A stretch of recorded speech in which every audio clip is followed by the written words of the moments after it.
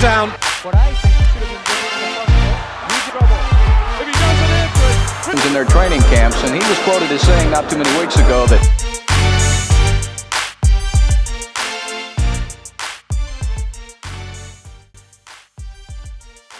one of the greatest strikers of all time, Mike Tyson, is getting out of retirement and getting in the ring with a 30-year-old young opponent in the form of the YouTuber Jake Paul. So in today's episode, I want to venture a little bit out from pro wrestling and cover my second love, combat sports. More specifically, striking sports like boxing and Muay Thai. We will dissect his past and current training routine with the limited information that we have. And just to give you some context, I come from a sports science background, with pro athletes, bodybuilders, or other celebrity workouts. We only get a small glimpse into their training routine, and it's easy to miss the bigger picture since we only have a snapshot. With that in mind, I'll try my best to judge from the information at hand, with the influence of my own training as a competitive athlete, my studies in university, and with my current work in training pro fighters and pro wrestlers.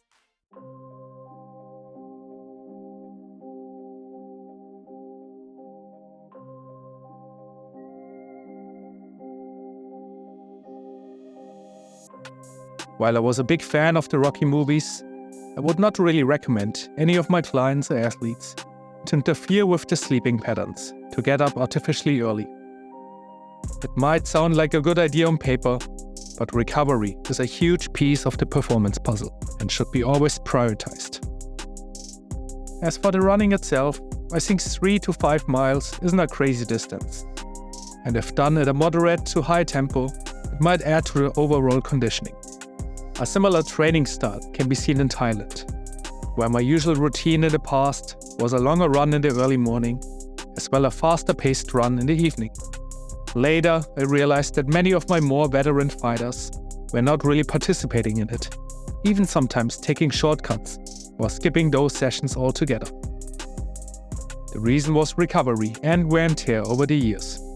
With most sports, specificity should be the key and the most important component, and should always come first. In the sport of boxing, well, that's the actual boxing. That brings me actually straight to the next part of the routine.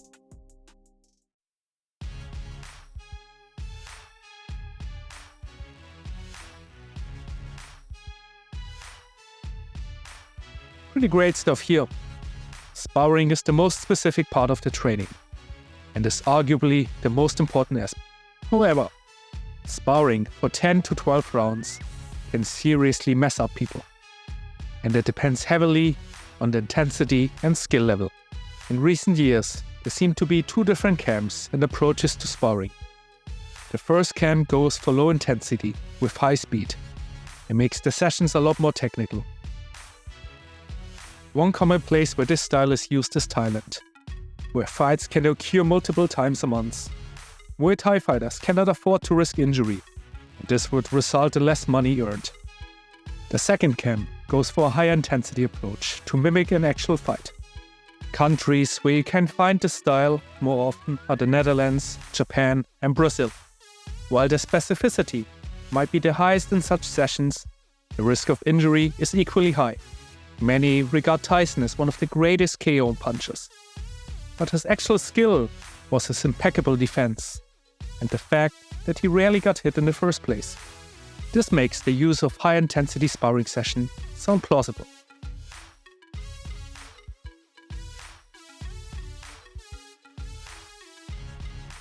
"20 to 30 minutes sounds like a long time, but for most boxers who are in relatively good shape, that duration seems plausible.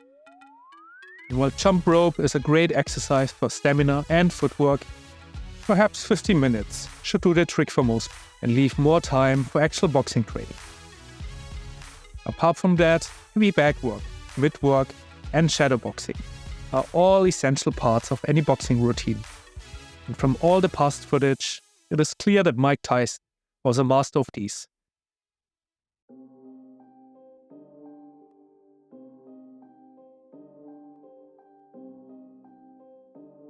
This might be the part where I have the most to disagree.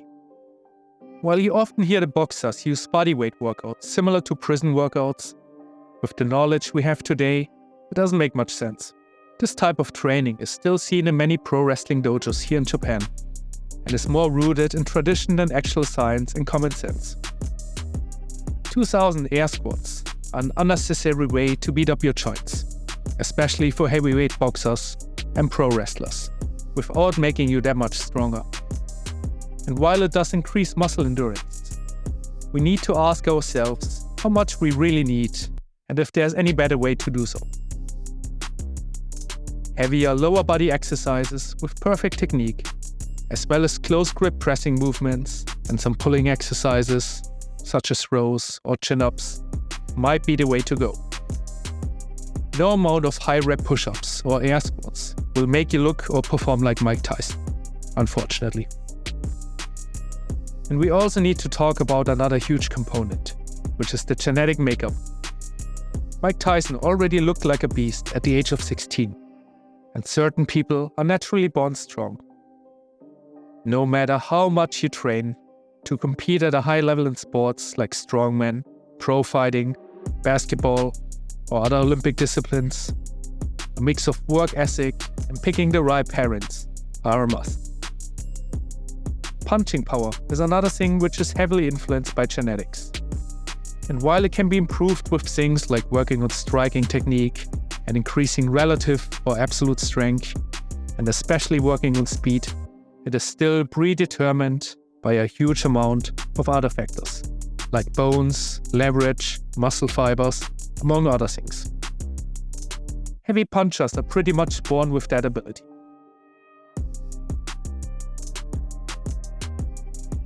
After Mike did his time in prison, according to his then strength and conditioning coach, Carlos Blackwell, he started to include a lot more weight training movements, like bench presses, deadlifts, cleans, and barbell squats, sprinkled in with some isolation movements like curls and triceps extensions. And judging from the current training footage, he still includes weights in his preparation for his upcoming fight.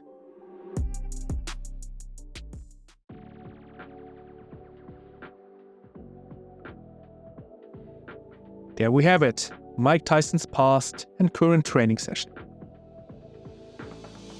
How will his training play into the upcoming fight with Jake Paul? In my personal opinion, there's no great outcome to the fight. It might have been a better place at a WrestleMania show than a boxing event. But let's assume the fight won't be an exhibition fight, or staged in any form. As much as I love Mike Tyson, he's unfortunately, at 57 years old, way past his prime. Most pro fighters' performance declines after they reach the mid-30s, with some outliers. With each outcome, I think there will be only losers. For example, Jake wins against another retired, older fighter, or loses against one. Mike might risk losing his reputation as one of the all-time greats. The audience loses their time.